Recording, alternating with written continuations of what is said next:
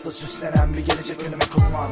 Gülmek ağlamak seçimlerim, hangi şıkta mola verendim, ayazlarında terleyendim. Saçmalık bu his ve geriye dönüş yok. Pis bir şakaya maruzum ve hecelerimde kimi zamansa aruzum. Anca buldum arzularımı, arz talep mi bilmem, hep bu farzla yaşanılır mı? Ben ne istedim ki önüme koydular bu kuklayı, ve zor günümde hor görüldüm, kor bir arı ve ben gömüldüm. Hislerimde çürüdüm artık anla, kopya kalbim çok çizildi, kaprisinden bezdi. Adamın anca gizli bir kaçak suç işlemiş ve izini bulamamışlar. İşte şimdi pişti oldum, yokluğum bir ölüme benzetildi. Şiir tadında varlığın bir saçmalıkmış, acil anladım. Anca topladım, kanca sapladım bu acıya, bir el olsun ben de ateşi bastım. Kurut bu dereyi sen kolaysa, gözlerim yine de parçalık bulutlu. Anlamında uludur aşkın gözleri, hep sulu mudur, hakkı bu mudur? Sadakatin, güvenimin sonu mudur? Sen kaderdin, tacizin aşikar, sadece bana mahsus değil. Yok olma seansların, yağmur sakladı gözyaşlarım, kopya kalplere damladım damdan. Tacizin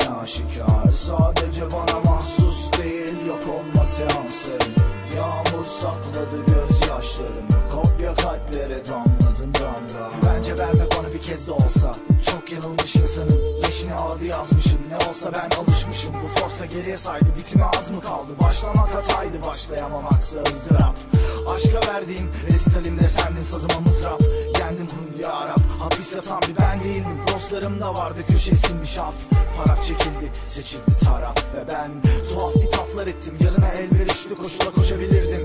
Boşa mı yandı kırmızı güller? Neyse boş ver, Sagopa kopyalanamaz, ender olsa bulunamaz bir diğeri. Hücrelerimin her biriydi kanserin yemi, parçalanmış bir satır başı ve nokta konmuş dizelerin son elvedası. Bugüne bir ithaf, bence çok tuhaf bir işkence. Başucumda aşkın çalar saati, kopya kalpler uyku böldü. Tacizin aşikar, sadece bana mahsus değil. Yok olma seansların, yağmur sakladı gözyaşlarım, kopya kalplere damladım damdan. Tacizin aşikar, sadece bana mahsus değil. Yok olma seansların, yağmur sakladı gözyaşlarım, kopya kalplere damladım damdan. Tacizin aşikar, sadece bana mahsus değil. Yok olma seansların, yağmur sakladı gözyaşlarım, kopya kalplere damladım damdan. Tacizin aşikar, sadece bana mahsus değil. Yok olma seansların, yağmur sakladı gözyaşlarım, kopya kalplere damladım damdan.